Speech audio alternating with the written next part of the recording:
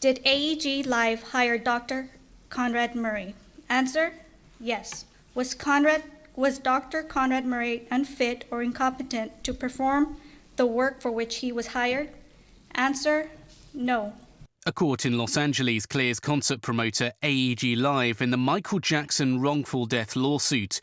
A jury has found that the private company was not liable when it hired Dr. Conrad Murray to care for the singer.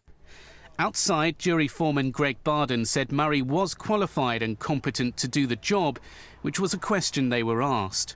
Now, that doesn't mean that we felt he was ethical. And maybe had the word ethical been in the question, it could have been a different outcome.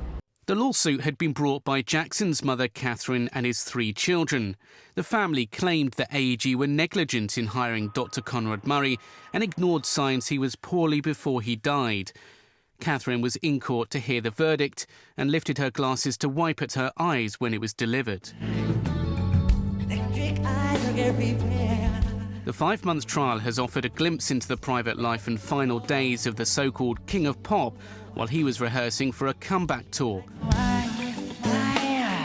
A different verdict would have threatened to shake up the way companies treat their high-profile talent.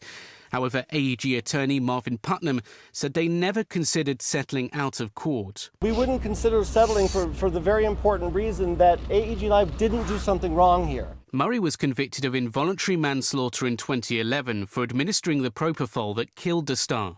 The singer's dependency on prescription drugs has been well documented. The court heard his ex-wife Debbie Rowe testify that she grew concerned in the early 1990s after he had surgery on his scalp. Jackson family lawyers had argued that damages could exceed $1 billion. AEG argued that it was Jackson who chose Murray as his doctor.